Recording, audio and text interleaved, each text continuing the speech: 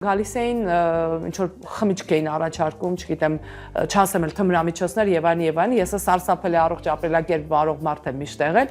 ու իմ համար շատ դժվար էր, այսինքն շատ երկար տևեց այն շրջանը, որ դու անդադար ասում ես ոչ, ես իմ նվագում եմ, ես իմ հաճույքն եմ ստանում, ես ձեզ հավես օր եմ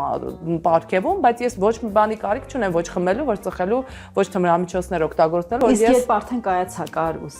հետաքրքիր է այդ նույն մարդկանց վերաբերմունքը ոնց փոխվեց։ Դե բնականաբար փոխվեց։ Ես հասարակական կարող եմ ասել, այն դիջեյները, որոնք որ ինձ շատ վատ էին վերաբերվում եւ փորձում էին, այսինքն ոչ թե վատ, որովհետեւ ես վատն էի, վատ, որովհետեւ իրենց գործին էի խանգարելու, իրենք դանկալում էին, հասկանում էին եւ բնականաբար շատ sense ոնց ասեմ, թշնամական վերաբերմունք էր իմ հանդեպ։ Հիմա այդ դիջեյները ինձ զանգում են Արուսիկ ջան, այսօր ազատես, կարողա մեր, չգիտեմ, ինչ որ հայտնի ինչ որ մարդ է գալիս իր հետ նվագես